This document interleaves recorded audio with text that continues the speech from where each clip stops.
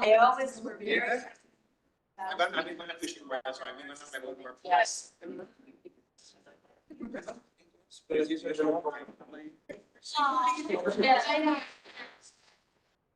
It's, I pulled back a little bit from it. Yes, I had a. Remember?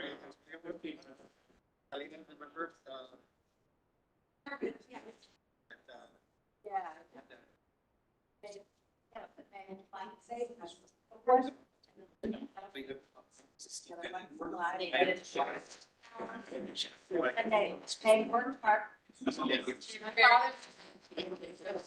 Go get. Yes. Making it harder than you. Oh, yeah. I got it. Yeah.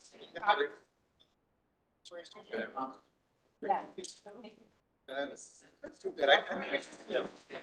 But they're. It's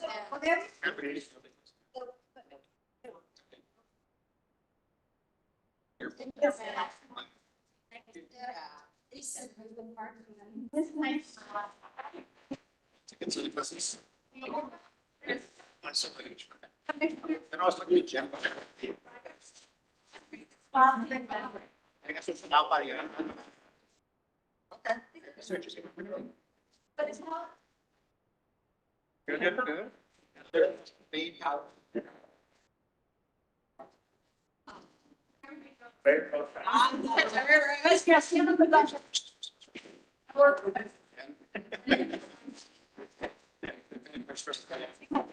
It's really close. First semester, did good. He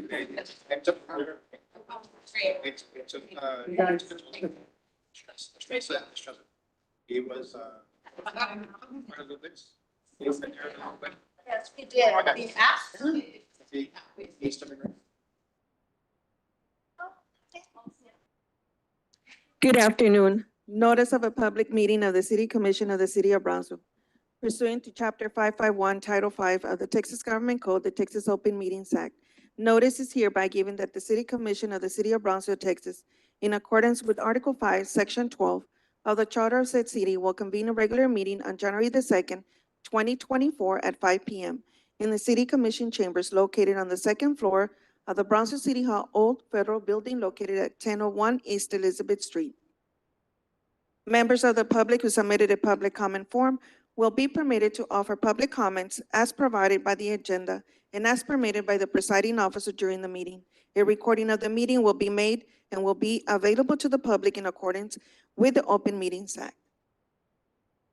Mayor, it is now 5:02. You may call the meeting to order. Being that we do have a quorum present, I'd like to call this evening's meeting to order.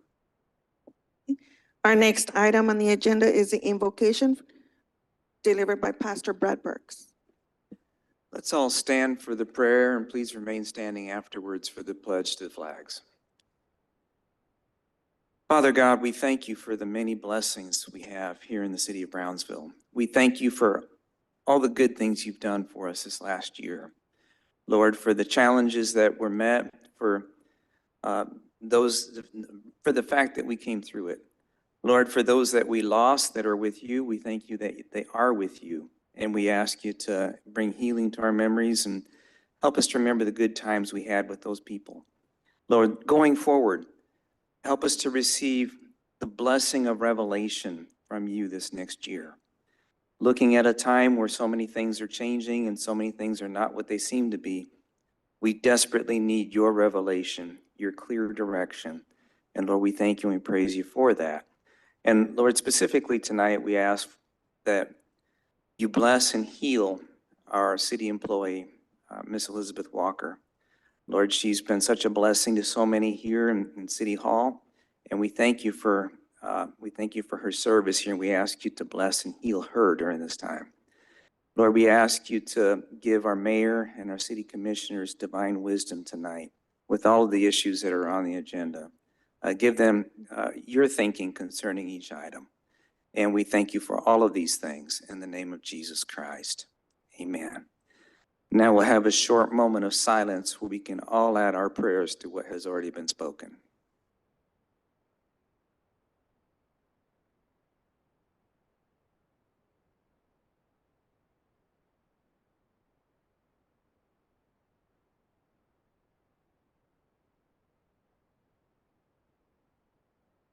Amen. Pledge allegiance to the flag of the United States of America and to the republic for which it stands, one nation, under God, indivisible, with liberty and justice for all.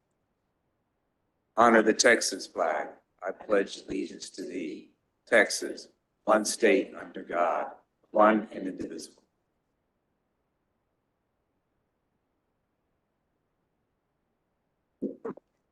Our next item is proclamations. The first one is recognizing Parks and Recreation Department.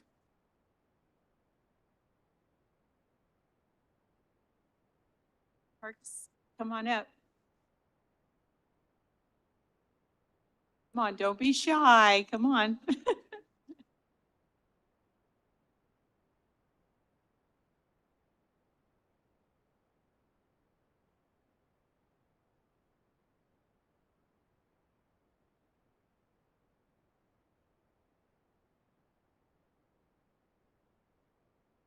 Happy New Year.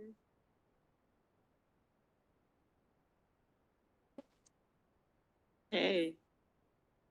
This is a proclamation. This is a proclamation of the City Commission of Brownsville, Texas, recognizing the Parks and Recreation Department for their national accreditation. Whereas the City of Brownsville Parks and Recreation earned its place among the nation's top parks and recreation agencies by earning accreditation through the Commission for Accreditation of Park and Recreation Agencies, known as CAPRA, and the National Recreation and Park Association, known as the NRPA. And whereas CAPRA accreditation is the only national accreditation for park and recreation agencies and is a measure of an agency's overall quality of operation, management, and service to the community with 36 fundamental standards and 118 non-fundamental standards. And whereas Brownsville Parks and Recreation Department met all fundamental standards and 117 of the non-fundamental standards, and whereas one city, other City of Brownsville departments contributed appropriate policies and procedures as required by the accreditation application.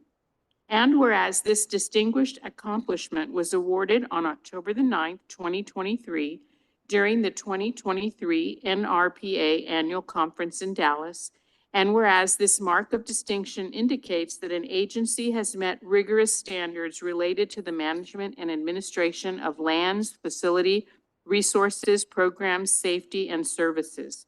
And whereas out of more than 23,000 parks and recreation agencies across the nation, only 205 agencies hold this esteemed accreditation, placing Brownsville's department in an elite group that represents less than 1% of agencies on a national level. And whereas this significant accomplishment underscores the department's commitment to providing exceptional services, programs, and facilities to Brownsville residents and surrounding community. Now, therefore, we, the members of the City Commission of the City of Brownsville, Texas, by virtue of the authority vested by the charter of said city, and on behalf of all of our residents, do hereby recognize the City of Brownsville Parks and Recreation Department and its members on achieving such distinction obtained by less than 1% of parks and recreation agencies in the United States.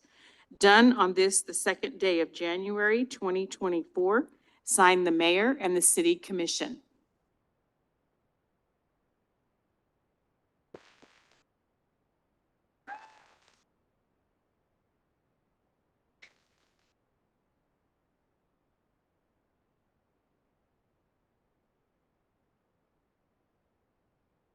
Well, we think while they're celebrating, just really thankful for the department. It's one of our largest departments in the city. And just thank you for all the dedication of all the employees, right? Keep up the great And all you do. And all the happiness you bring to our community, because that's what you do. You bring a lot of happiness to our kids. great work.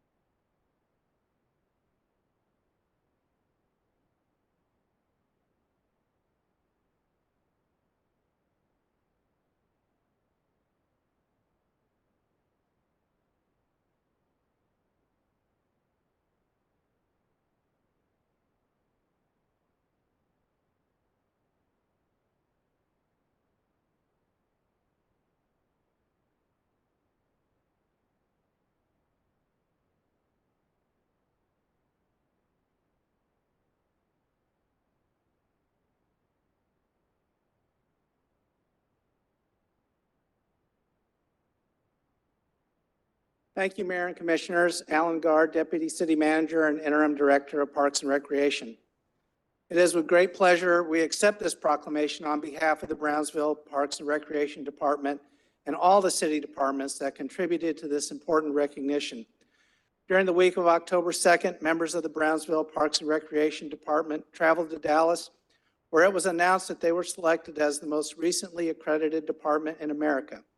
The Commission for Accreditation of Parks and Recreation Agencies, or CAPRA, determined that the Brownsville Parks and Recreation Department met or exceeded all 36 fundamental standards and 117 of 118 non-fundamental standards, making the city one of just 205 parks and recreation departments accredited across the nation.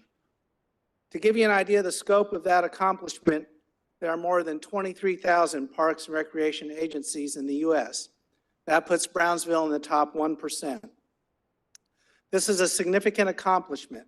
While clearly the Brownsville Parks and Recreation Department is featured, this recognition would not have been possible without the contributions from all city departments. For example, in order to receive this recognition, an agency must have human resources and financial policies that follow best practices, as well as supportive leadership from the elected officials and the city manager's office. This recognition is truly a one-city effort. So what does accreditation mean exactly? For the community, accreditation demonstrates that the department meets national standards of best practices, recognizes the community as a great place to live, helps secure external financial support and reduces costs for the community, holds the Park and Recreation Department accountable to the public and ensures responsiveness to meet their needs, ensures that all staff are providing quality customer service. For the department and staff, accreditation proves to decision makers, stakeholders, and the public that the department is operating with best practices of the profession. It increases credibility and can improve internal and external funding, in other words, grants, improves overall operations and increases efficiency, enhances teamwork and pride by engaging all staff in the process, and creates an environment for regular review of operations, policies, and procedures, and promotes continual improvement. But the work is not over. Reaccreditation is required every 5 years, so staff will stay vigilant and will continue to find ways to improve every day. On behalf of the Brownsville Parks and Recreation staff, thank you again for your support, and we look forward to continuing to serve the citizens of Brownsville. Thank you.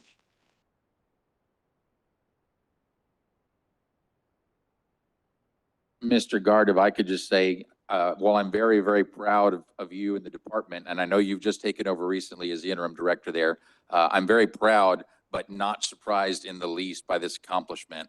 Even before becoming a city commissioner, I've worked with the Parks Department for about 15 years because of roles that I held in the community.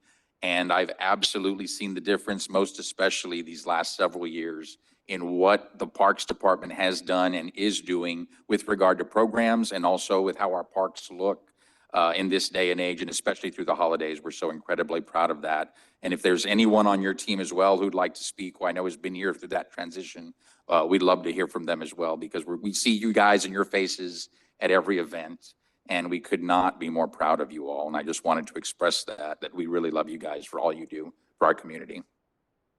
So I will echo what Commissioner De Los Santos said, and my father was the first Parks and Rec director for the city of Brownsville. So I was born and raised on Parks and Recreation and the importance of it. And the question at our dinner table of how was PE class or how was the trip to the park was just as important as how was English and how was math class today.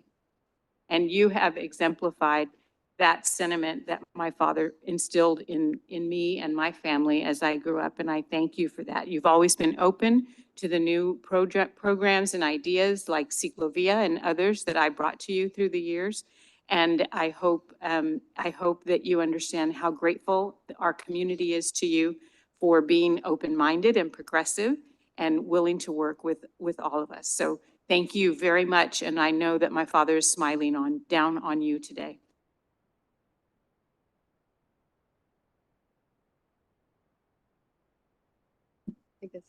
I'll just like to say I'm very proud of the dedication of our staff.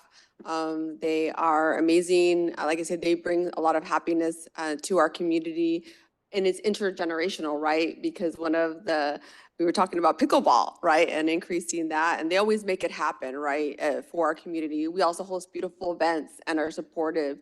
I also recognize all our other departments that really help to improve from our sports park to our different facilities. It's really, we have so many parks that is really a citywide effort. So, exceptional parks is because we all work together in that through their great leadership. So if you want to say something, Graciela. I was just gonna say, on behalf of the whole team, thank you everyone that made this possible. And I'm not gonna lie, getting this CAPRA accreditation was a lot of work. It was a 2-year process that ended with a hearing in Dallas, just like Mr. Allen was telling us. And we've had some challenging months, so receiving this means a lot more than any of you can imagine for the team. This recognition proves that, our Parks and Rec department is the best of the best, not just in the Valley, because we are the only city in the Valley that has this accreditation, but in the nation, right? We are top level at this point. And it's only less than 1% that agencies that have it. So for us, it is a big deal. Going somewhere, some of us you're gonna start seeing this, it's huge, right? But it says CAPRA, it's gonna be smaller. And for us, it means a lot. And the visitation that came, they were from different states. Nobody from Texas was here. And last year, some of the strengths that they identified in the report that they gave us was that we have dedicated and passionate staff committed to providing quality parks, facilities, programs, and services. We have extremely strong and caring culture embedded in everything that they do. That we maximize available resources to enhance parks and programs, including excellent success in securing grants and partnerships. That our organizational program is very strong, including the buddy program for new employees, they mentioned this, as well as the supervisory and leadership training that we get here in the city. And the effective use of technology, including the implementation of big belly trash cans and some of the smart irrigation systems, that we also have great promotional graphics and strong social media presence. Again, this was taken from the report. I'm not making up all this. And this just goes to my team that's here. This couldn't have happened without your hard work and dedication. You all go above and beyond. You work those extra hours on the weekends. I know we're sometimes working on the weekends because parks, our work never ends. It's a 24/7 job, and I think most of them that are here will agree with me. So, and something that we always say is that what we do it for our community, and that's why we're here, and that's why we do what we do. So from the bottom of my heart, thank you all so much for being here. Muchas gracias. Yeah, that's just it. Thank you.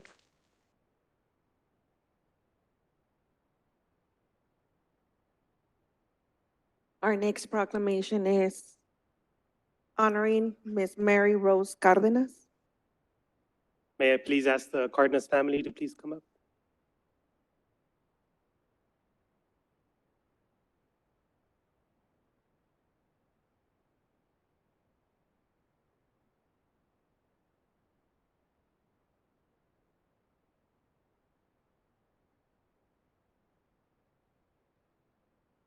A proclamation of the City Commission of Brownsville, Texas, honoring Mary Rose Cardenas, her life and legacy. Whereas Mary Rose Cardenas was born a Rio Grande Valley native of humble beginnings during the Great Depression and raised in Brownsville, Texas, which would be home all her life, where she was a dedicated wife, mother, grandmother, great-grandmother, friend, and citizen who created an amazing legacy. And whereas Mary Rose Cardenas was committed to selfless service to her family, her community, and to her fellow man, creating an amazing legacy which will benefit the region for generations, including through her generosity, such as donating land for the Driscoll Children's Hospital Specialty Clinic, the Olmito Elementary in Brownsville, and for the entrance to the Harlingen Ticket Nature Park, which is part of the Arroyo Colorado World Birding Center. And whereas Mary Rose's passions led her to leadership positions with merit organizations governing bodies in areas including healthcare, public television and radio, higher education, banking, automotive dealerships in Texas, and the Rio Grande Valley Council of Boy Scouts of America. And whereas Mary Rose's heart and spirit made her a force which brought so much to the South Texas region, which is part of our identity today. From building once one of the top 100 Hispanic-owned corporations in the US in Cardinal Motors, to being one of the leaders who brought us the New Valley Regional Hospital and Medical Office Complex, to restoring many historical important structures from the US Army Fort Brown Post as part of the Texas Southmost College campus during her tenure on the Board of Trustees, to bringing a four-year university to Brownsville and being instrumental in the hiring of the first Mexican-American woman to serve as president of a US college or university, just to name a few. And whereas Mary Rose Cardenas has been recognized endlessly through awards, accolades, and the like for her body of work, which has enhanced the lives of people in South Texas, she has not only left an indelible mark on the heart and soul of our city and our region, but also touched countless hearts and inspired people across generations of family, friends, and acquaintances, which leaves a legacy of so many who give back to the community and the world today, and who will continue to do so for generations to come. Now, therefore, we, the members of the City Commission of the City of Brownsville, Texas, by virtue of the authority vested by the Charter of said city, and on behalf of all of our citizens, do hereby celebrate the life and legacy of Mary Rose Cardenas, and further call upon all citizens to do the same, to be inspired by a life of service and good works, and to carry on a great legacy by creating one of your own, which includes making your community and the world a better place. Done on this day, the second day of January 2024, signed by the Mayor and City Commission.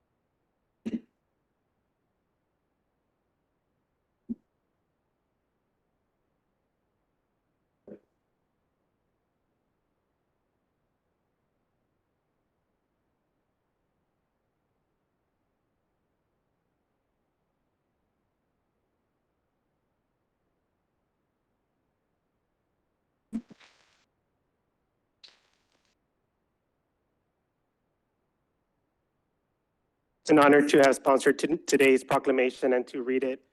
Today, I am wearing my Texas Southmost pin in honor of Ms. Mary Rose Cardenas. I myself am an alumni of Texas Southmost College, and I think it's important that we recognize and honor these individuals who have contributed so much to our community.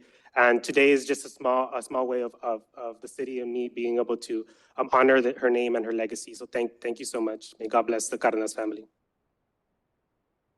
I'm Elsa Cardenas Hagan, and on behalf of the Cardenas family, we would like to thank you for this beautiful proclamation in honor of our mother. And she loved Brownsville, and she worked very diligently to improve our community, along with my father, who was a city commissioner as well. And they were a team that worked so much, and as you said, to really make our city beautiful. They were very dedicated, loyal, and generous people. And so we were so honored to have them as our parents. And you know, we hope to carry on their legacy and be hardworking and generous and give to our community. So thank you for this great honor. Thank you.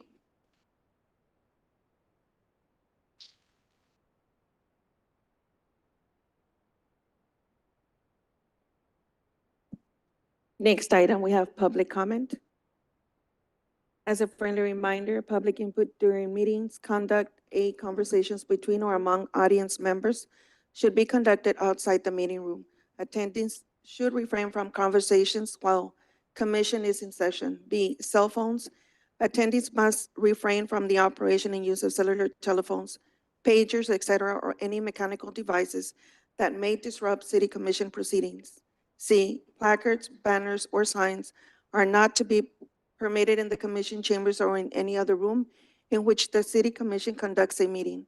Included in this prohibition are various hats, caps, visors, and T-shirts, which may represent sentiments as alluded to regarding placards, banners, and/or signs. D, exhibits, displays, and visual aids used in connection with presentations to the city commission are permitted. Only city commission members and city staff may approach the dais. If report, letter, etc. is to be presented to the commission, it should be given to the city secretary or staff who will make the distribution. It is preferable that the item to be distributed be given to the city secretary prior to meeting. A copy of the item should be made available for the city secretary's official record. F, all comments shall be made to the mayor and city commission as a whole, not to individual commission members. Mayor, we currently have 6 public comments. 1 wishes not to address the commission. Our first public comment is Ms. Yolanda Spies.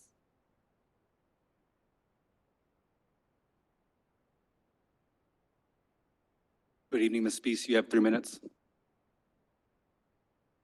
On December 13th, 2023, the lights went out at my home. An electrical line needed to be replaced. The PUB team were there for hours, and there was even a loud pop. Good thing no one was hurt. The team worked for hours, and they worked very hard to get the lights back on. They went above and beyond to help PUB residents. Officer Efrain Cervantes and every police officer I went to before April 18th was not. They lied to me, abused me, and victim shamed me. My property was stolen by Officer Cervantes, and the entire police force, the entire Brownsville police force, circled the wagons to defend this corrupt police officer. Commander Pascal had lied to my face in front of witnesses, and one of you told me I was inappropriate. I was inappropriate for bringing it to your attention that the Brownsville Police Department lied to me and got abusive with me. What's inappropriate is that it's been 9 months, and the most of you have done is just sit there and do nothing. One of you contacted me via Facebook Messenger to offer to facilitate the adoption of a dog. What I don't understand, and I hope a lot of voters understand, is that this is not about facilitating the adoption of a dog. This is about how several police officers have violated police protocol, are abusing their power, and have facilitated the theft of property from a law-abiding citizen. That's the problem, and that's what you all need to be focusing on. It's a blatant abuse of power, and you all are in a position to fix this, and you refuse to. Why are corrupt police officers still on the force? What is wrong? Why aren't you concerned about Brownsville residents who pay your salary? Voters need to know that you don't care. Voters need to know that if the Brownsville Police Department are taking advantage of police cadets, using your excessive force against citizens, and facilitating the theft of property, it's your job to fix this issue. That's appropriate, because it is clear that your chief of police and Commander Pascal are enabling and facilitating this behavior. If police aren't enforcing the current laws on the books, do you really expect them to enforce that new ordinance you just passed? So here we are. It's been 9 months since I came to this forum to speak to you about how the Brownsville Police Department is not protecting and serving, and you all can fix this. Are you telling me and every other voter in Brownsville you are unreliable and do not give a fig about how our citizens are treated or our safety? Please let us know now so people know when election time comes around that you are not going to defend us, but you will openly defend corrupt police officers and corrupt city officials. What'll it be? Your double talk and smiles are not options. Show us why we need to reelect you. What would be a great start is to look at my evidence. Give officers better training and fire officers like Cervantes and Pascal who've been on the force for decades and don't know the law. Don't know the law. Next, we have Ms. Nancy Guevara. She just wishes to register her opinion. Next, we have Ms. Lilia Ortiz.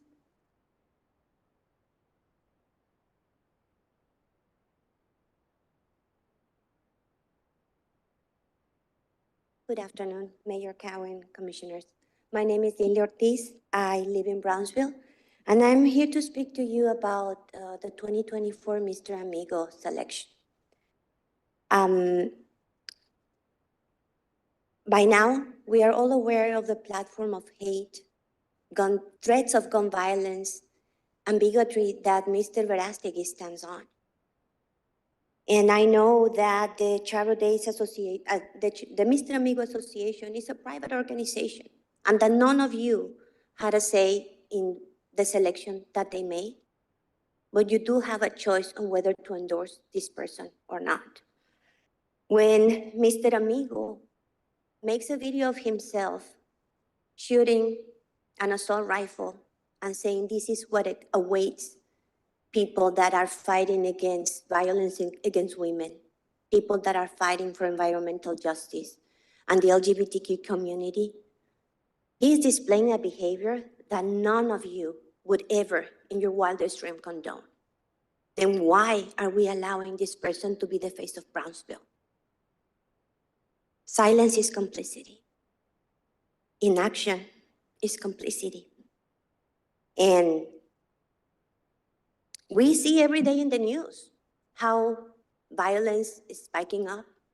We all see mass shootings. We see school shootings every day when we Google the news. And the inaction of good people is what allows those things to keep growing up. That's why I'm here today asking you to not be silent. I am asking you to speak up for the people and for the values of the people that you represent. Our community is not a community of hate. In the last few years, Brownsville has made a lot of effort to become a safer community, safer for all. And I'm asking you to not be silent. I'm asking you to not condone this selection, to not endorse this selection, because this man does not represent our community. I am asking you to take action and stand against the violence that this man represents, because that man is not Brownsville. Thank you.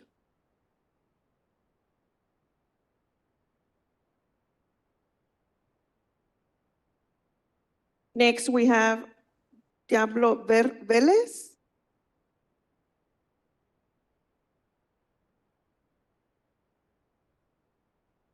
You have 3 minutes, Mr. Velez. Diablo Velez, and thank you for taking my call. I had been a homeless here in Brownsville, Texas, for some time. But don't get me wrong, I'm not a bum. I don't ask people for money. I walk and I find a toy, covered it with dirt, but in good shape. So I cleaned it up and I went to sell it and I sold it. And I said to myself, fine, nigga. And I went to El Gran Mercado and I invest $10 in toys, $2 a piece. So I ended up with 5 toys. And I went to the Elton Glores, Walmart, and I stood by the curb waiting for the shoppers to come out of the parking lot to sell. So in 6 hours, I got like $70. So I ended, minus my $10, so I ended up with $65. So you can ask yourself, so what is your point? My point is that I am here to thank the residents of that area for their generosity. But don't get me wrong. I mean, let me be clear about something too. It was not the Mexicans, the ones that helped me. I don't blame them because they only make like $30 a day work, doing roofing and cutting grass, heavy work. But nonetheless, they have to give. It was the 2nd and 3rd generation of Mexicans. Otherwise, los Chicanos, los Pochos, the ones that contributed. And the white people, the best. Sadly, in today's politics, white is a crime.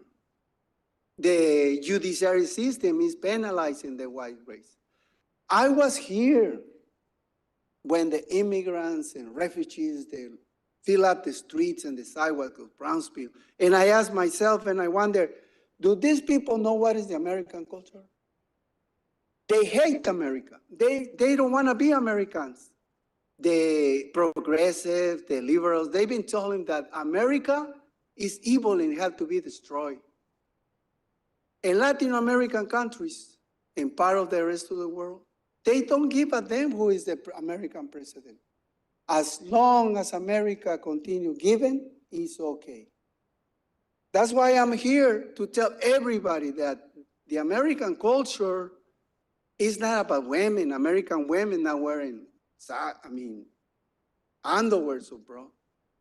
It is about giving. If America stops giving, the whole world is going to disappear. Thank you for taking my call, Mayor, Time is up. Commissioner, and happy holidays. Thank you, sir. Next, we have Jose Colon Uvalles. He joins virtually. Hello, buenas tardes. Buenas tardes, Mayor, Cowan, and Commissioners. Can you hear me? Yes? Yes, sir. Okay, thank you. Happy New Year, and thank you for letting me speak today. My apologies for not being present. I'm just getting over a bug, so please excuse me. 3 weeks ago, the Mr. Amigo Association revealed their 24 selection. Eduardo Varestegui, a partisan right-wing Mexican national who has expressed extremist views and gun violence against gay and trans communities, is anti-abortion, and spews hate speech and conspiracy theories. I know the city of Brownsville has no say in who gets selected for Mr. Amigo, but our tax dollars are going to fund organizations like Mr. Amigo. Last year and the year before, the city of Brownsville awarded the Mr. Amigo Association $75,000 a year in hot tax funds to help support their mission and help drive tourism to the city. I'm actually a little bit ashamed that our mayor, who helped create the LGBTQ task force, and even our state leadership, who campaigned at local gay venues for their vote, were posing proudly with this homophobic and transphobic Mr. Amigo. As a resident of Brownsville and a member of the LGBTQ community, I am asking our community to boycott any celebrations of the Mr. Amigo Association. We must unfriend Mr. Amigo and do better for the so-called spirit of binational celebrations. I'm also calling our city to call for an audit for the funds provided to Mr. Amigo Association, who is intentionally using our tax dollars to invite a Mexican national political candidate seeking to run for the office of President of Mexico. If Mr. Amigo is a 501c3, why are they involving themselves in providing a platform for a right-wing conservative who spews hate speech on social media? I'm also a little bit ashamed at the way that some commissioners are playing the middle ground and saying that Mr. Amigo views do not represent those of the board and the association and their board members, who board members actually for Mr. Amigo include city employees. But I beg to differ. If their leadership and board did not do their due diligence in vetting their selection, then they have already failed our community. If they aren't vetting their selection properly, then imagine how reckless they are with our tax dollars. And to our city leaders, what happened to all the promises to our communities in the Pride Proclamation since 2017?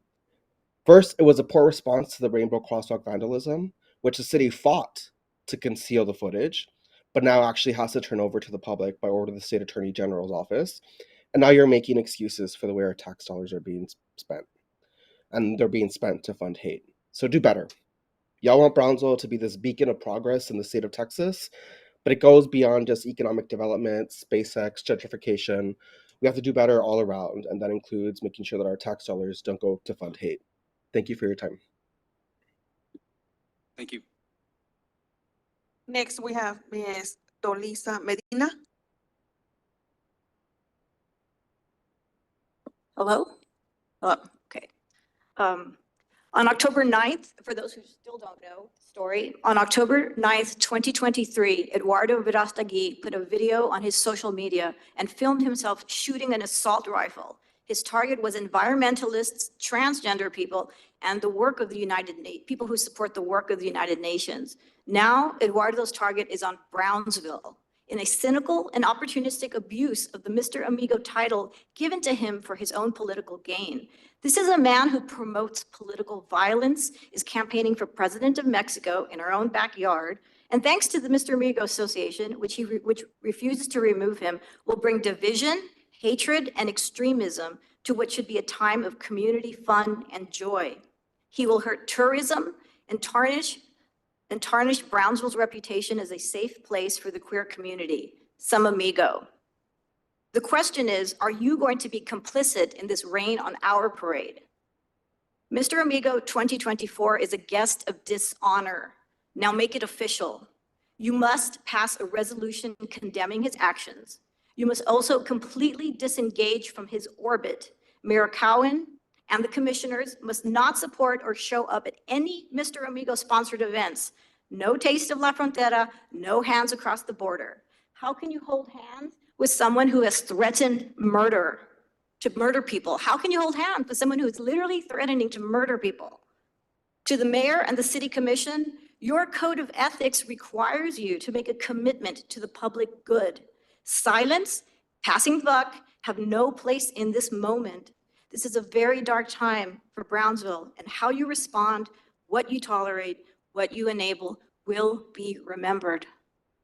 As long as Eduardo Verástegui holds the title of Mr. Amigo, you must unite very loudly with moral clarity and integrity and show us that indeed you are a friend to Brownsville. Thank you. Next item, we have public hearings. I'm sorry, consent agenda items. I'll move to approve consent agenda items. Second. All right, we have a motion and a second to approve the consent agenda items as stated. Any further discussion? If not, all those in favor, please say aye. Aye. All those opposed say nay. Ayes have it, motion carries. Next item is public hearings. First public hearing and action on first reading on ordinance number 235-2023-037 to rezone from agriculture to commercial corridor to allow a multifamily development on a 5.00 acre tract out of a 10.00 acre tract, block 25 El Jardín subdivision, located on Old Port Isabel Road. Good evening, Honorable Mayor, Commissioners. Happy New Year. This request is to rezone the subject property from agriculture to commercial corridor. The proposed use is a multifamily development. It is fronting Old Port Isabel Road.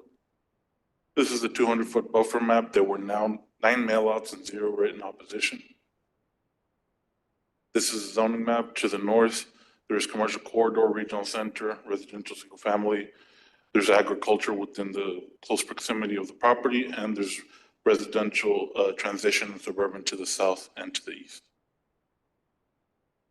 P&Z did recommend the approval to rezone from agriculture to commercial corridor. Any comments or questions? And just to inquire, is this going to be an apartment complex or duplexes? Or? An apartment complex. 144 units.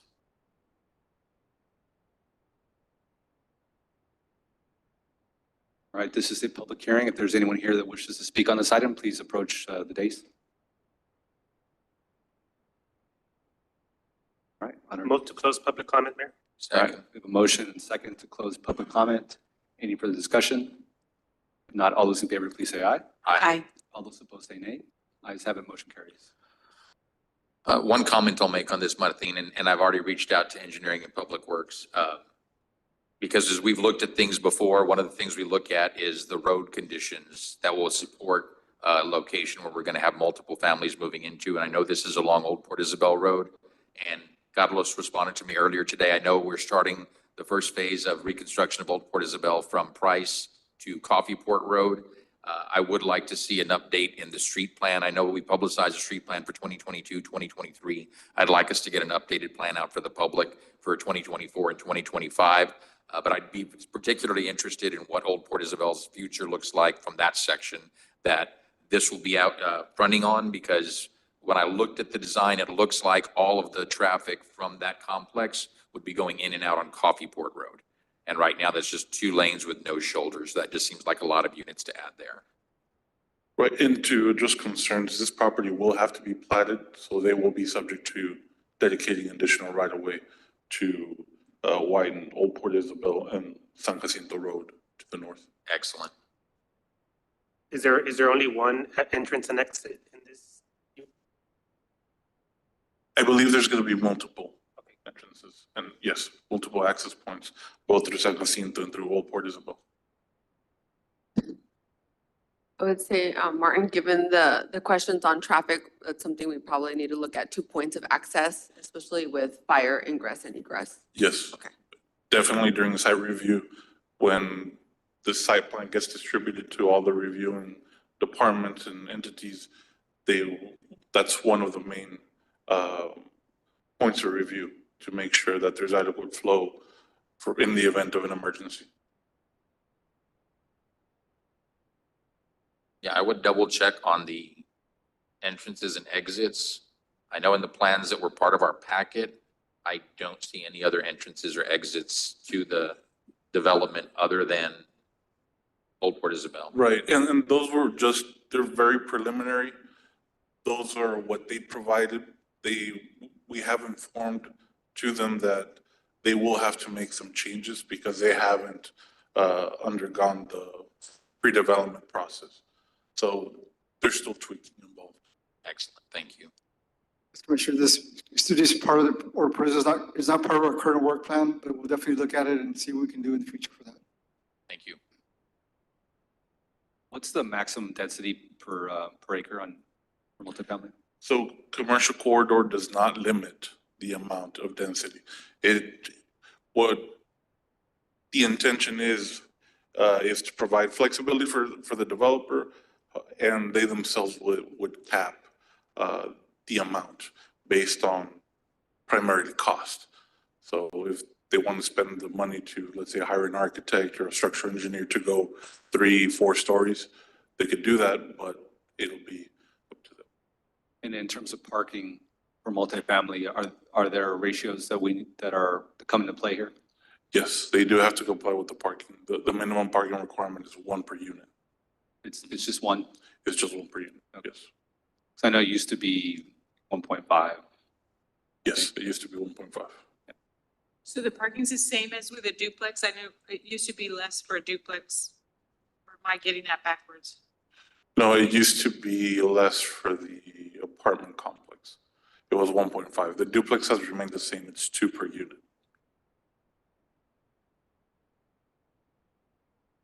That might be something we want to revisit, especially if we're talking about apartments. It could be 2 and 3 bedroom apartments. We're requiring 2 spaces for duplex units, but only 1 for a 3-bedroom apartment. That's a concern. Right. When we were drafting the UDC, we did speak to developers, and we left it flexible enough to where they dictate the amount of parking spaces, let's say for visitors or for additional residents within the unit. Basically, it comes down to the tenant and the owner. They normally propose more parking for more number of units because if not, they can't get financed. And there's also requirements for some landscaping as well, which limit their ability, their occupancy of the land. So it all comes into play with regard to the design of the apartment complex. I think that's what the things to allow for flexibility without being so stringent, and also off-site parking. In this case, it's not available off-site parking, but sometimes that is available. I think that was the intent. Another comment I'd make, and I know we're working towards traffic light synchronization also in the future. That's one of our projects. This will be an area where we'll want to think about that with this influx of residents in that area. And I expect a lot of them will be going out straight to Ruben Torres. But that's Right, and something I we think wanna that's, about for that light. that's a very good point, Commissioner. And if we had a capital recovery fee, that's an example of what the fee could help pay for, traffic synchronization in or around that project area. So I invite everybody to look into that. Very good. I will move to approve. All right, we have a motion to approve. Do we have a second? Second. All right, we have a motion and a second. Any further discussion? If not, all those in favor, please say aye. Aye. All those opposed say nay. Ayes have it, motion carries. Public hearing number 2, public hearing in action on first reading on ordinance number 235-2023-038-S to request a specific use permit to allow an event hall for 2,350 square feet out of Lot 4, Block 1, El Chaparral Commercial Subdivision, Section 1, located on 5001 Stagecoach Trail. So as mentioned, this is a specific use permit to allow an event hall within a commercial plaza that's currently being built. It is fronting Stagecoach Trail. The event hall or the suite that's going to be rented out for this purpose is 2,350 square feet in area. The current zoning is commercial corridor.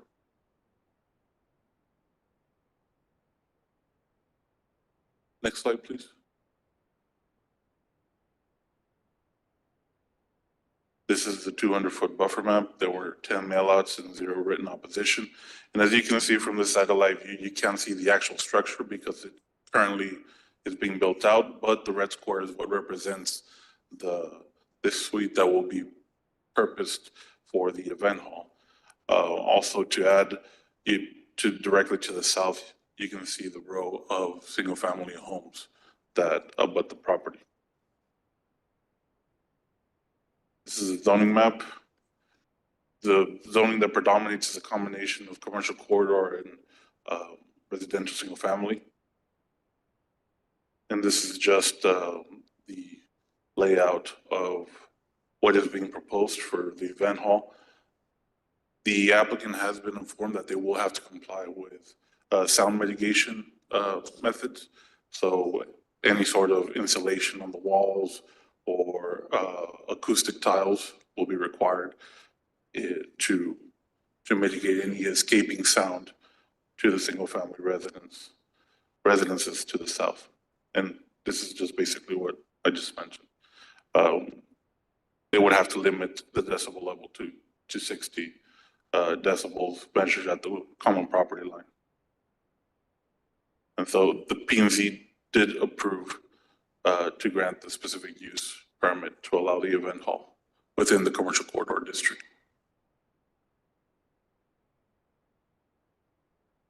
I think I saw the staff recommendation, though, is against it, correct? Correct. How do you follow through with the requirements that were being asked? If this were to go through, we're requiring acoustic tile, we're requiring added sound barriers. Walk me through that process, please. So during the site review process, whenever they submit their permit or their plans for the finish out for the shell of the suite, the building department will review and make sure that there are notes on the plan saying that the methods for mitigation will be in place. Afterwards, during the final inspection, before issuing out the CO, the inspector will go out there and make sure that that insulation or acoustic tiles are installed. Now, afterwards, with our new zoning manager, there are follow-ups to potentially with the decibel reader, go out there and make sure that if, let's say, hours of operation are late into the night, that those sound parameters are complied with. Martin, can we revoke the SUP? What's that? Can we revoke it if it's non-compliant? But If they're not meeting their conditions of approval? yes, we can go ahead and cite them, and I think I would defer that one to our legal team. Yeah, if they're not compliant with the requirements, then we can always pull the SUP. Broke the permit. Worst case scenario. Now, that's the worst case scenario. You always want compliance, but if they're being egregious in their compliance, you could actually revoke the permit that allowed them, based on these conditions, to operate that business. Are there any other event spaces in that plaza? Any what? Event spaces in that plaza? Not yet. And how many? Can you put the map back on? I Yes. just want to make sure I understand where it is. Like, is that Alton Glory at the top? Yes, that's the corner of Alton Glower and Stagecoach. It would be the southwest corner, right behind the Stripes gas station.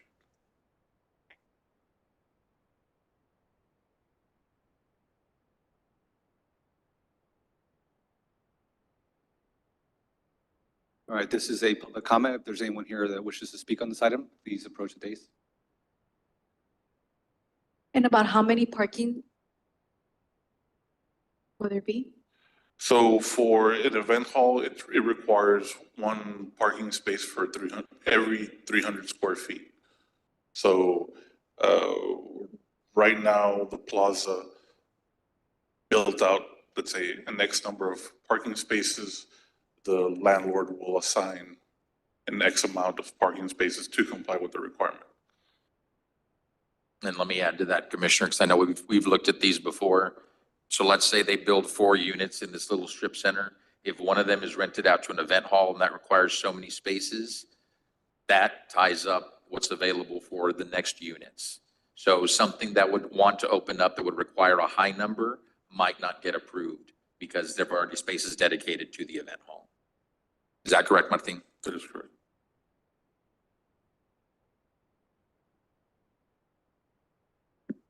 All right, I'll entertain a motion to close. So moved. Public hearing. Second. We have a motion and a second. Any further discussion? If not, all those in favor, please say aye. Aye. All those opposed say nay. Ayes have it, motion carries. I'll entertain a motion on this item.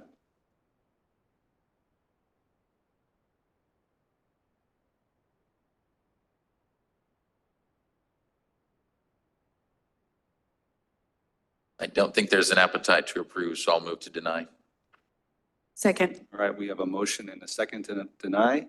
Any further discussion? If not, all those in favor, please say aye. Aye. Aye. All those opposed say nay. Ayes have it, motion carries. Next item have public hearing in action on first reading on ordinance number 235-2023-039 to rezone from agriculture to commercial corridor for an approximate 8.42 acres and to light industrial for an approximate 36.60 acres to allow commercial and industrial development, respectively, all out of the east half containing 110.291 acres of land out of a certain 220.583 acres of partition, Share 28 Espiritu Santo grant located on FM 511. The request to rezone this property is to go from agriculture to a dual zoning of commercial corridor and light industrial. What the applicant is proposing is 8.42 acres for commercial corridor and 36.6 acres for light industrial. The proposed use will be for commercial and industrial development, and the property is fronting FM 511. This is the 200-foot buffer map. There were 12 mailouts and 0 written opposition. And what's in red is what represents the proposed commercial corridor zoning. What's in purple is what represents the light industrial zoning. This is a zoning map. To the south, there's residential single family, commercial corridor, and residential transition. To the north and to the east, there's the extraterritorial jurisdiction and agricultural zoning. And P&Z did recommend the approval to rezone from agriculture to commercial corridor. What type of business are they trying to have in the light industrial section? When we met with the developer, they said mostly warehousing. However, they are here to respond to any additional questions more in detail. Yes, please, if you can come up, just share out.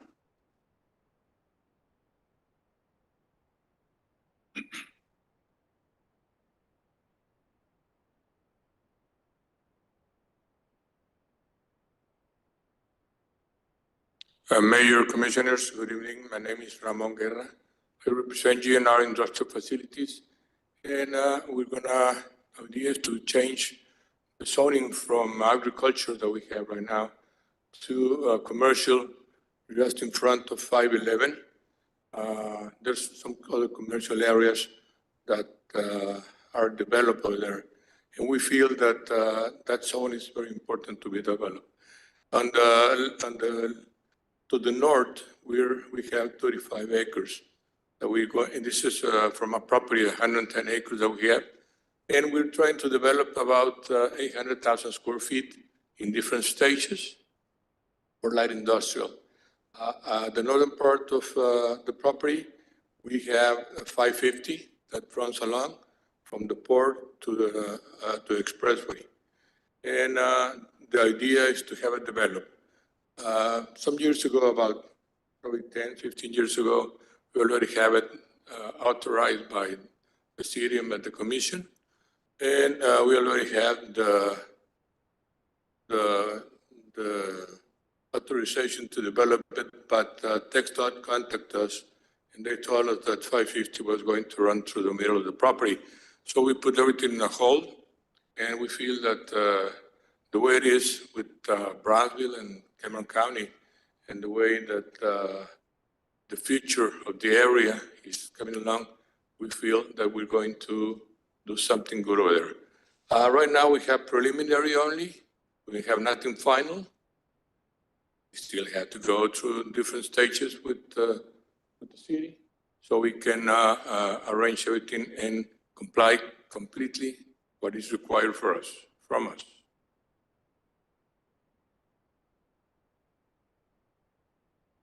So you said like warehouses? Yeah, More we're gonna have warehousing at between the commercial lots that we have. It shows over there. Are you looking at it? Yes, we Yeah, have okay. double. Okay, the commercial part goes along 511. Yes. And then to the north, all the way to 550, that's where to be the light industrial. Light industrial, we were very careful to have a light industrial, we not have anything else. Thank you for that.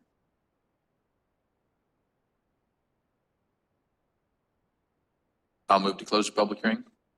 All right, we have a motion Second. and a second. Any further discussion? If not, all those in favor, please say aye. Aye. All those opposed say nay. Ayes have it, motion carries. I'll move to approve. All right, we have a motion to approve. We have a Second. second. We have a motion and a second. Any further discussion? If not, all those in favor, please say aye. Aye. Aye. All those opposed say nay. Ayes have it, motion carries.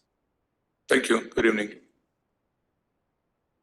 Public hearing number 4, public hearing in action on first reading on ordinance number 2024-235.103 to amend the Unified Development Code, section 3.4.4, sidewalks and dealing with related matters. So as mentioned, this is a text amendment to the UDC, section 4.4.4 sidewalks, specifically subsection B, minimum sidewalk requirements. And the purpose is to guarantee the implementation of pedestrian facility design standards and regulations as outlined by the Unified Development Code, Bicycle and Trail Master Plan, and the Comprehensive Plan.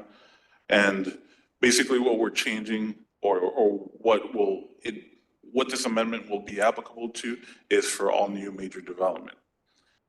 Basically, and as shown here, the UDC currently has different scenarios as to what situations trigger the sidewalk requirement. And to avoid missing or having any gaps in pedestrian facility development, we have proposed to change the language within the UDC to basically say that all development will be subject to this trigger or to this requirement for sidewalks. And basically what we want to avoid or make sure that we do is have a continuous path whenever we come across connections to trails. We want to make sure a situation similar to this subdivision in Simmons Crossing, that there is continuous connection of pedestrian facilities. And something we want to avoid is, for example, here within the country club, that there are sections that don't have sidewalks and just overall provide that pedestrian connection so that there's walkability throughout the city. So P&Z did recommend the approval for this text amendment. Martin, just to clarify, this will, if you're making a modification to your property over 25% of it, then you would be required? No, so that's what we're changing. So the UDC has, for example, 3 different parameters. If you are building from scratch, let's say you have raw land and you're going to build a new house, you would be required to build a sidewalk. If you have an existing house, let's say, but you will be modifying the footprint of the house by 25%, and let's say you do not have a sidewalk, then you would be required to fill in that sidewalk. And so what this, what we have seen in certain situations is that there are gaps throughout the city where this was not enforced or it was missed. And to guarantee that it won't be missed, we will basically take it through the process of including the multimodal transportation department in the site review process, since they're the ones who administer the bicycle and trail master plan, and ensure that the correct pedestrian facility is installed on the thoroughfare. So if there's a connection to a trail, we'll make sure that it gets reviewed accordingly so that a connection to that trail is done not with the 5-foot sidewalk, but with a multi-use pathway to increase that width, and so that there's a pedestrian facility component, but also the, let's say, the bicycle component, so people could ride on that multi-use pathway. We also have found that in certain gaps, it's affecting our American for Disabilities Act, our ADA compliance. All cities must adhere to ADA, and they are being audited. There was a recent case that I visited in the Woodlands area that really specifically there was someone who wanted to get to their mailbox by way of a wheelchair and having difficulty because of the gaps, right? That they found for whatever reasons. Codes are different in the last even 5 years, they've changed.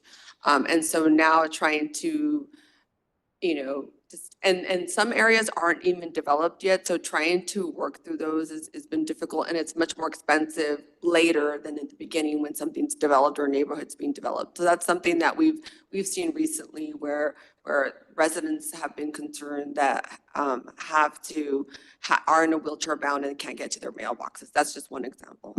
Do we have any, my last question, do we have any requirements for like that ADA sidewalk?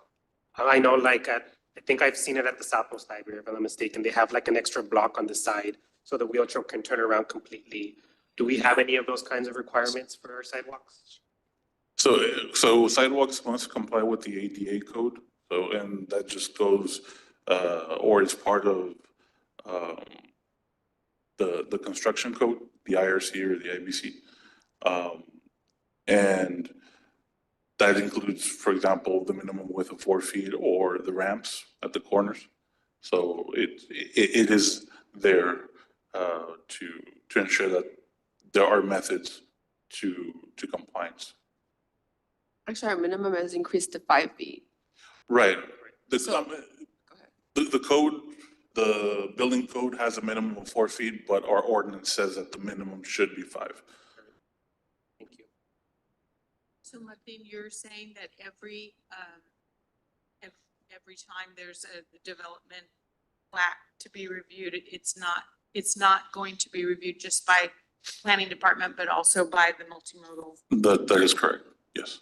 And that would be what governs whether or not the size of the sidewalk or multi-use path? Right, based on the bicycle and trail master plan. Martin, just to make sure I'm reading this right. So the proposed text that we're seeing, that is replacing all of what was highlighted in yellow on the prior slide. Is that correct? Right. So what's within the yellow cloud is being removed and is being replaced by this excerpt. Okay. And my concern here, there's two things. My first concern is that when it talks about permit applications for major repairs and construction, how do we define that? Because I know areas where, in my opinion, we have gaps. And it could be that somebody needs to apply for a permit for something that says, well, this isn't major, this is minor. And so we're not going to make them put in a sidewalk, even though we know it's a gap there. So I think that's a subjective word that concerns me. Okay, so what we were considering as major is basically, we wouldn't include, for example, repairs to a home. Say a re-roofing permit would not make if someone comes in and says, I want to re-roof my house, but I don't have a sidewalk along the frontage, that wouldn't trigger the requirement to where they have to put in a sidewalk to re-roof their house. It's basically new construction, like I said, a completely new home, a completely new business, or a complete resurfacing of a parking lot, or redoing a complete facade of a building. Those would be considered the major. See, and that's something that does concern me, because if it's a home that's supposed to have a sidewalk and it's got missed for whatever reason, then for all intents and purposes, they could live there for the next 30 or 40 years and never put that sidewalk in. Still re-roofing every 20 years, still doing regular maintenance and stuff, but we're never going to be able to close that gap. And to me, this doesn't go far enough as far as addressing where we have these problems. I don't know that I would limit it to just major repairs and construction. I would consider expanding that. So if it's something that requires a permit, and we know that they're out of compliance in that area already, even if we give them a grace period or time to work on it, but require it. I think that's what we should be looking at if we really want to be proactive about closing the gaps for ADA compliance and getting sidewalks everywhere we should have them. I would say, Martin, we could probably say if they're non-compliant and they should have put in the sidewalk, that's coming into compliance, right, with the code that they should have done. And we have those situations in the city for whatever reason. We can come back and define what that is and kind of restrict it. If that's something that you'd like to come back with, we can do that. And I think the other thing we should consider is, I know I saw this over the years where citizens were wanting to comply, but it was an area where it was an undeveloped area. Like you said, we've got undeveloped areas out there, a smaller road, no curbs and gutters yet, drainage ditches, things like that. And some of those people would come forward and say, I'm willing to comply, but tell me, where do I put it? And as a city, our answer was, that's for you to figure out. I would love for us to have some type of standards or guidance to where we say, you know what, you need to leave so much for future expansion of the roads. Those ditches will probably get covered over and sewage and drainage will get put in. And assuming all of those things, this is where sidewalks should go in the future for this development. I think we need to have a lieu sidewalk fee right now, where we can have. Right, we have the sidewalk fee in lieu of, basically, if they don't want to comply or build it out themselves, they have the option to pay based on the market cost that's established by the engineering department. And they pay that fee and it goes into the pot, and whenever the thoroughfare or the street is, let's say, widened or improved, then that's when the city goes in and uses that amount to build the entire cross section. Okay, very good. One more question. So do we have something in the UDC that says if you're building a development, let's say a neighborhood, that is adjacent to one of our trails, that the developer needs to provide a connection, i.e. sidewalk, multi-use path to the trail itself? Right, it requires, so within section 3.4.4, subsection D, we even have a diagram showing, for example, in multi-lot subdivisions where they have to provide the connection to the trail. Just going back to Commissioner De Los Santos on standards for sidewalks, is that referenced in the EDC? What if we're going to build a sidewalk, like there are lots of neighborhoods in Brownsville where there are mailboxes right in the middle of the sidewalk. There's light posts right in the middle of the sidewalk, and it really defeats the purpose of having it. So I don't know is that defined in the UDC?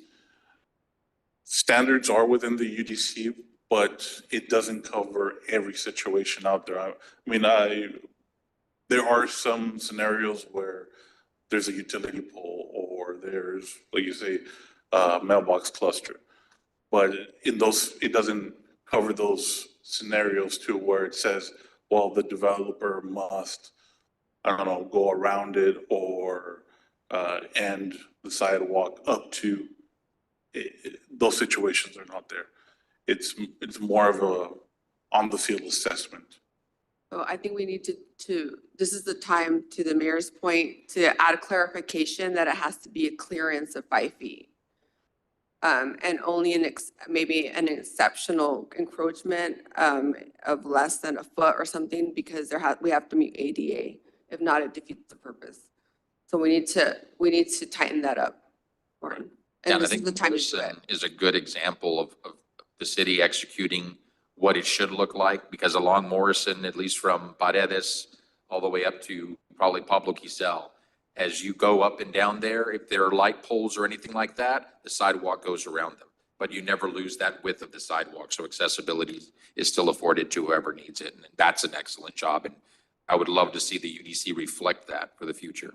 As opposed to when TxDOT a few years ago put in the sidewalks on Boca Chica, which was silly because they just put the sidewalk and the telephone poles right there, or it wasn't very wide, or there were gaps because they could, I never really understood that. And so I think that's a very good.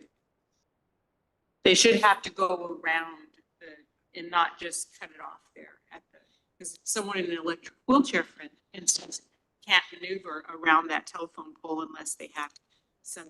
We'll go ahead and discuss with engineering and multimodal to make sure we have, let's say, enough right of way to accommodate even those situations where we have to go around. But that's another scenario to think about, but we'll go ahead and take a look. Thank you. So this is a public hearing, so if there's anyone here that wishes to address the commission on this item, please step forward. All right. Motion to close public hearing? Second. We have a motion and a second to close public hearing. Any further discussion? If not, all those in favor, please say aye. Aye. All those opposed say nay. Ayes have it, motion carries. We have a motion to approve and a second. Any further discussion? If not, all those in favor, please say aye. Aye. All those opposed say nay. Ayes have it, motion carries. Public hearing number 5, public hearing in action on billboard sign application 2023-06951 to request a review of a sign application to allow a billboard at the property located at 4397 North Expressway, 7783, as shown in Exhibit A. So this will be the first billboard sign application that P&Z reviewed and now the city commission will review.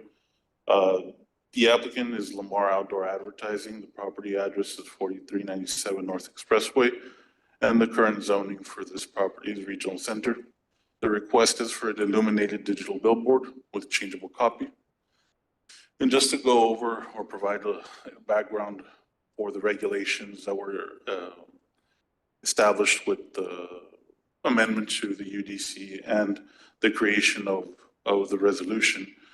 So back in August 1st of this past year, regulations were established for design standards on billboard designs or billboard signs, sorry. The resolution was then approved on October 17th to establish a procedure to review billboard sign applications by the Planning and Zoning Commission and the City Commission. And so with the amendment, the 3-for-1 rule was removed. Billboards are permitted now in agricultural zoning district and TNC, commercial corridor, regional center, light industrial and high industrial along highways and major thoroughfares. Subject to TxDOT regulations, the minimum area is 32 square feet per side, maximum area 700 square feet per side, maximum elevation 75 feet, maximum number of signs, 1 per property frontage on highway and major arterials, and the spacing was to be reviewed by the City Commission. The permitted illumination is allowed, floodlights, thinner illumination, changeable copy, and it was agreed that the applicants would have to dedicate 1,000 hours per year for public service announcements. And so this is the aerial map of the proposed location for this first application. It is very close to what is now Applebee's. This is a zoning map. As you can see, it's regional center, a zoning district that does permit this type of sign. And the overall sign description, again, is that it will be a digital billboard with changeable copy. The applicant is willing to comply with the public service announcement requirement. They received texted approval. The proposed area is 672 square feet. The elevation is 67 feet, and it consists of 2 phases. The distance to the closest billboard to the north along the same side, measured along the same side, is 0.8 miles or 4,405 feet. And the distance to the closest billboard to the south is 7,550 feet or 1.4 miles. And these are the plans that were submitted by the applicant. And they're proposing a distance 18 feet from the right-of-way, 12 feet from the adjacent property line. And the red dots are the 3 applications that will be reviewed tonight. The one that applies to this particular item is the red dot labeled 2023-06951. And the blue dots represent other pylon signs. And so this is the subject sign that we're talking about. As mentioned, the closest billboard sign to the north is 4,405 feet. And to the south, not within the view of the viewport, is 7,550 feet. However, we do want to point out that there is a billboard, an existing billboard directly across the expressway. The distance would be 520 feet. And this is just a mock-up of what it would look like at that particular location. And this is an aerial view just to provide more context as to the surrounding signs within the area. The red arrow represents the location that's being proposed. The blue arrow shows the existing billboard across the expressway. And all the green arrows represent the pylon signs for the businesses that are within the area. And P&Z did recommend the approval of the billboard sign application 2023-06951. Is that the standard size, Martin, for like the billboards they have? What's that? That's the standard size? Yes. That they use? Yes. That would be the maximum size.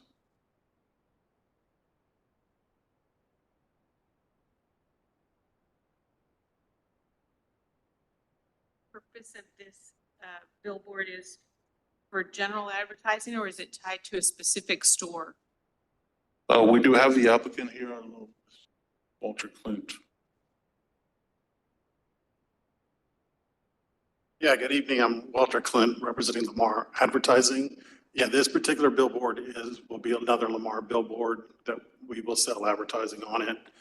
The north face will be LED, the south face will be vinyl. So as you're driving south, it's vinyl, and as you're driving, or is it the other way? Opposite. If you're driving southbound, you will see the LED.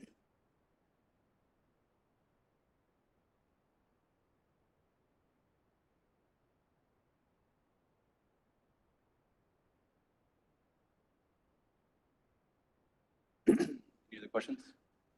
All right, this is a public hearing. If there's anyone here that wishes to address the commission on this item, please step forward. I'll move to close the public hearing. All right, we have a motion to close. Do we have a second?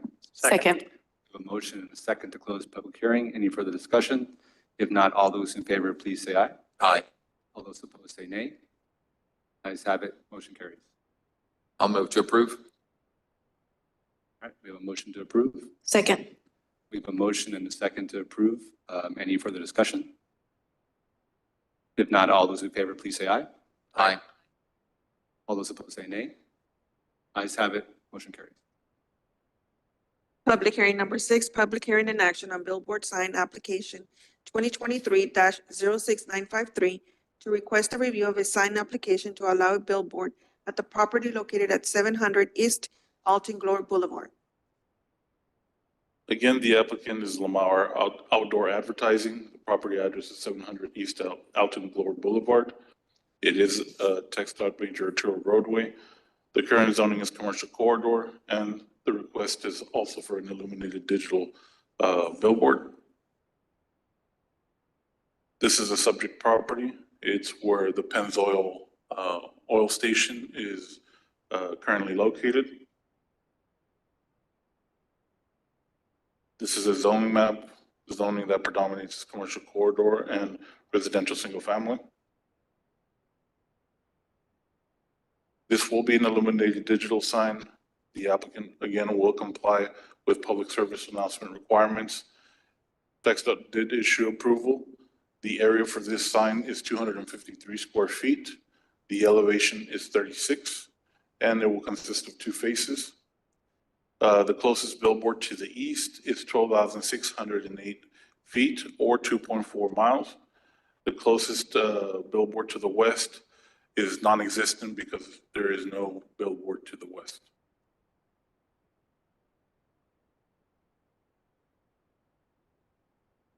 The proposed location is 23 feet from the property line and 48 feet from the western property line.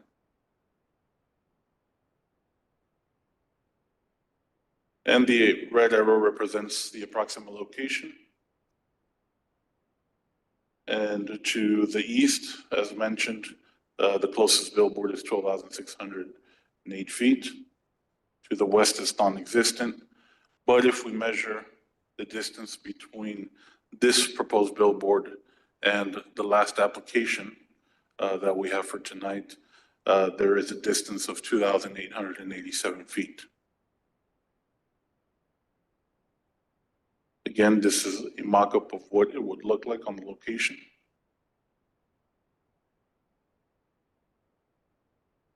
And the red arrow represents the approximate location of the billboard. And all the green arrows represent all the pylon signs for the different businesses along Alton Gore Boulevard. P&Z did recommend the approval for billboard sign application 2023-06953. I would just say that while it is cleared by TxDOT, it would need to be cleared by PUB because of electrical lines that are, I don't know what the height of that electrical line is, but I do want to ensure that they're okay with this. Martin, is this also a Venue digital, one side Venue, one side digital? Yes. What side is the digital facing, do you know?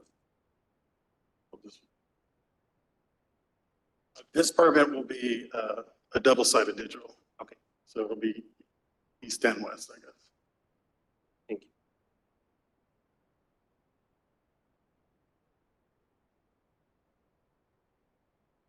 you. This is a public hearing. If there's anyone here that wishes to address the commission on this item, please step forward. Right, I'll entertain a motion to close. Move to close public hearing. Second. We have a motion and a second to close public hearing. Any further discussion? If not, all those in favor, please say aye. Aye. All those opposed say nay. Ayes have it, motion carries. Move to approve. Second. All right, we have a motion and a second. Any further discussion? If not, all those in favor, please say aye. Aye. All those opposed say nay. Ayes have it, motion carries.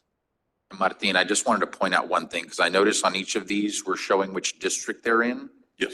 If I'm not mistaken, the prior one, public hearing number 5, I believe that's District 4. It's showing District 3, but I believe that's District 4. You guys might want to double check that. Okay, we'll do. Thank you. Public hearing number 7, public hearing in action on billboard sign application 2023-07532 to request a review of a sign application to allow a billboard at the property located at 1175 East Alton Gore Boulevard. So the applicant for this billboard is Fiesta Outdoor LLC. The property address is 1175 East Alton Gore Boulevard. The current zoning is commercial corridor, and the request is for an illuminated digital billboard. This is a proposed location. It's right on the corner of Stagecoach and Alton Gore Boulevard. This is a zoning map. This property is zoned commercial corridor. There is residential single family in the surrounding area. The applicant will be complying with the public service announcement requirement. They did end 31 feet from Stagecoach Trail.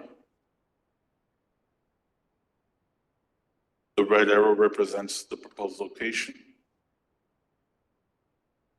And the blue arrow and the blue line represent the distance to the closest billboard sign to the east, 9,625 feet. To the west, 6,721 feet. And again, between the previously presented application, it's 2,887 feet. This is a mock-up of the proposed sign. Is that mock-up drawn to scale? As close as possible. The red arrow represents the proposed location, and all the green arrows show pylon signs for the surrounding businesses.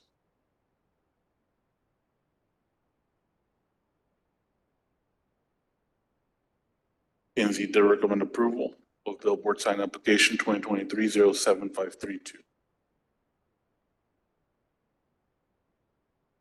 You know if that sign is on the concrete itself or is it on the grass there on the corner? Excuse me? Is the pole on the grass or on the concrete? Yeah, I believe it's gonna be on the grass. They will have to make a base, a foundation for it. Do you know if the neighborhood across the Resaca there will be able to see the illuminated sign at night? Well, the orientation is east-west. However, the illumination could potentially be seen based on the elevation. Also, are they encroaching upon the required landscaped area? Because I don't know that we can approve that. Where they're proposing the sign location? Well, I believe the plaza is over the amount, or they allotted more than the 10% that they're required. So the area that the foundation is gonna occupy would have to be minimal, but they potentially could put it there. They'll still have to comply with the green space requirements. Right. Very good. Since that's two billboards pretty close together, digital billboards very close together, would you say that Alton Glore is full now? Because to me, I don't see how you could put any more there. Well, Alton Glore, with these two, or at least this section from the expressway to Paredes, it would be two billboards that would now exist. So we wouldn't consider a third. That would be up to the commission. So part of the application process is to show an accumulative impact, right? So that's why we're asking, we're showing you all signs, and as you approve them, there could be an accumulated impact of visual. And so that's the information that you all have to consider as we go through this pilot process. Yeah, to me, I think I'm especially sensitive to illuminated billboards near residential areas. And I mean, you know, there's two sections. There's the one across the intersection, right, that those houses will look, you know, from their backyards and probably see that sign as well. So I think that we just have to be mindful of the impact on residential. Is that also a double-sided digital billboard? Yes, double-sided. Are there brightness standards like their decibel? Yes. sound? And that is consistent? Yes. In keeping with the residential area, as the mayor points out? They actually have to be, part of the text of approval is that they review their lumens that they're proposing.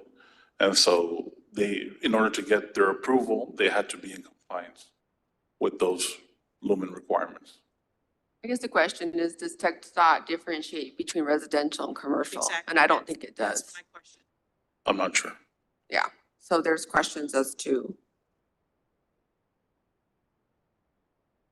It is a good point. If you're a house on Alton Glore, might brighten your backyard more than you're bargaining for. Is this one like the Lamar billboards? Are they angled? Yes. It looks like that from the design. Back one more slide.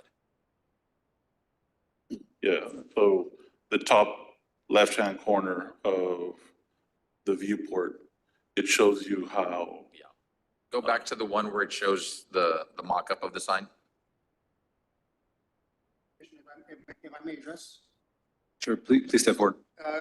Mayor, Commissioner, my name is Ernie Hernandez. I represent Fiesta Outdoor, and I'm here to make any clarifications that I can help you all that. And to represent you, Mayor, this angle, this issue with the neighborhood, these panels are going to be angled towards the street, away from the neighborhood, to address any concerns. It's not be towards the neighborhood. It's going to be angled away from the neighborhood to address that, to keep any illumination towards the streets with that. The illumination intensity will be controlled as per TxDOT's regulations also. And also, as far as any greenery, we're going to be complying, the base will be under the soil and comply with any greenery standards and beautification standards.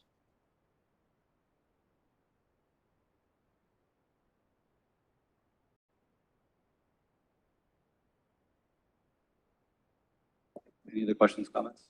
All right. This is a public hearing on, so if there's anyone here that wishes to address the commission on this item, please step forward. I'll move to close. All right, we have a Second. motion to close Second. and a second. Any further discussion? If not, all those in favor, please say aye. Aye. All those opposed say nay. Ayes have it, motion carries. I'll move to approve. All right, Second. we have a motion and a second to approve. Any further discussion? Not all those in favor, please say aye. Aye. All those opposed say nay. Ayes have it, motion carries. Next item, we have board appointments. Item number 1, consideration and action on resolution number 2023-134 to appoint or reappoint 2 members to the Parks Advisory Board to fill existing vacancies.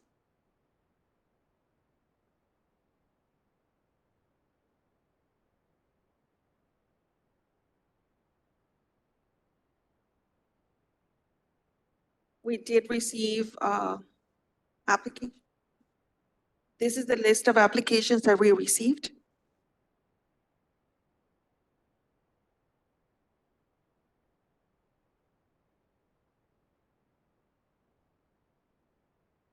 I'd like to nominate Ricardo Parra. Second. Motion and a second. Any further discussion? If not, all those in favor, please say aye. Aye. All those opposed say nay. Ayes have it, motion carries. I believe the other one is, For Commissioner Carlos, we can wait for the next meeting? Yeah.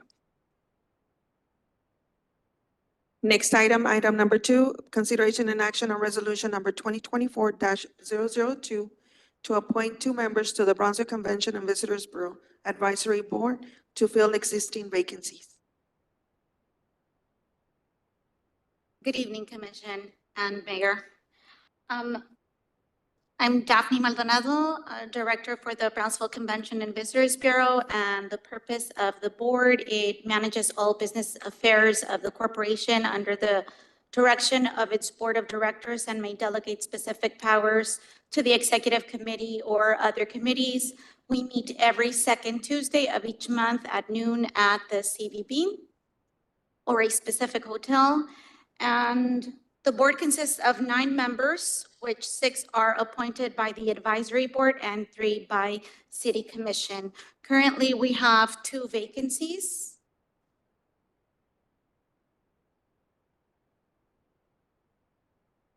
And these are our applicants. So the first comment I'll make, and council, this is directed to you guys also. I think this is one of the boards I'd like us to look at to possibly expand the number of seats that are appointed by the commission on. Because right now it's only 3 that the commission gets to appoint. I think we'd like to see better balance and representation on there. I agree. I think staff pointed out that the first applicant, Mr. Villarreal, does have experience in hotel management, specifically with Embassy Suites. Is that correct? Yes, that is correct. Well, I know I'm not familiar with Mr. Villarreal. I am very familiar with Lahoma Peterson and her activity in the community. I'll nominate her for one of the vacancies. Second. All right, I'm sorry, who was that? Lahoma Peterson. we have a motion and a second. Any further discussion? If not, all those in favor, please say aye. Aye. Aye. All those opposed, say nay. Ayes have it, motion carries.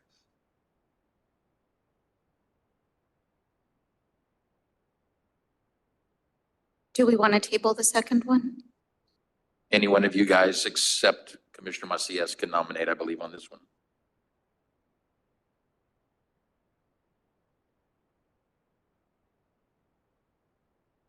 Sure. We'll hold it over to the next meeting. Thank you. Thank you. Item number 3, consideration and action on resolution number 2023-133-A to appoint 3 members to the Bicycle and Pedestrian Advisory Committee. This item was tabled on December 12th, 2023.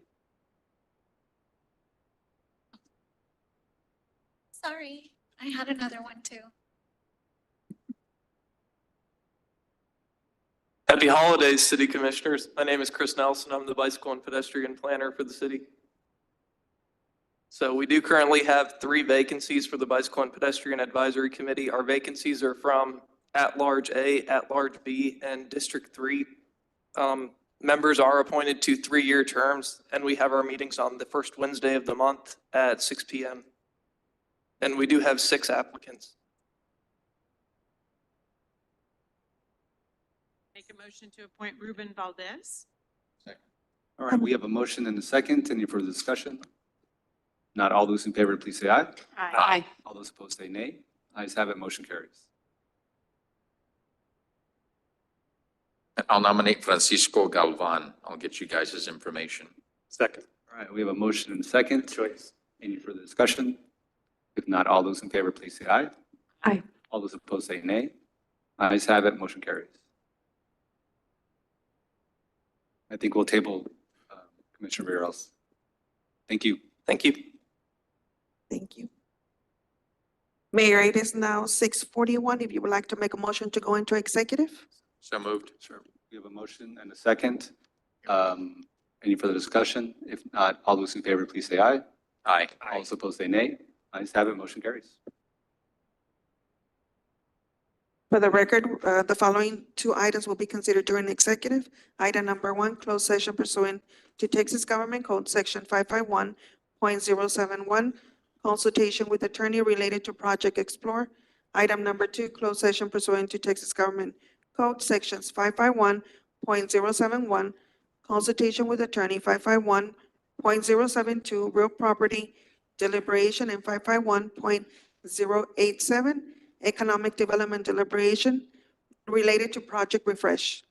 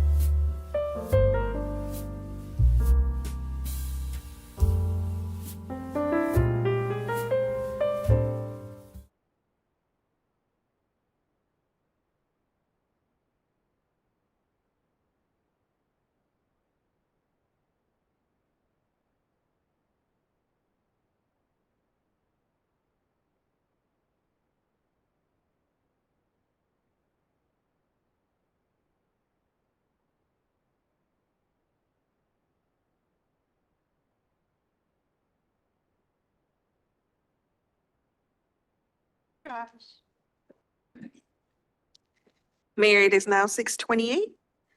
Possible action on any items as discussed in executive session. Item number 1, discussion and possible action, if any, related to Project Explore. No action. No action. And Item no num- action on number 2. No action. I'll entertain Next a item, motion to adjourn. Move to adjourn. We have a motion and a second. Any further discussion? If not, all those in favor, please say aye. Aye. Aye. All those opposed say nay. Ayes have it. Meeting adjourned, everyone. It is now 7:29. Meeting has ended.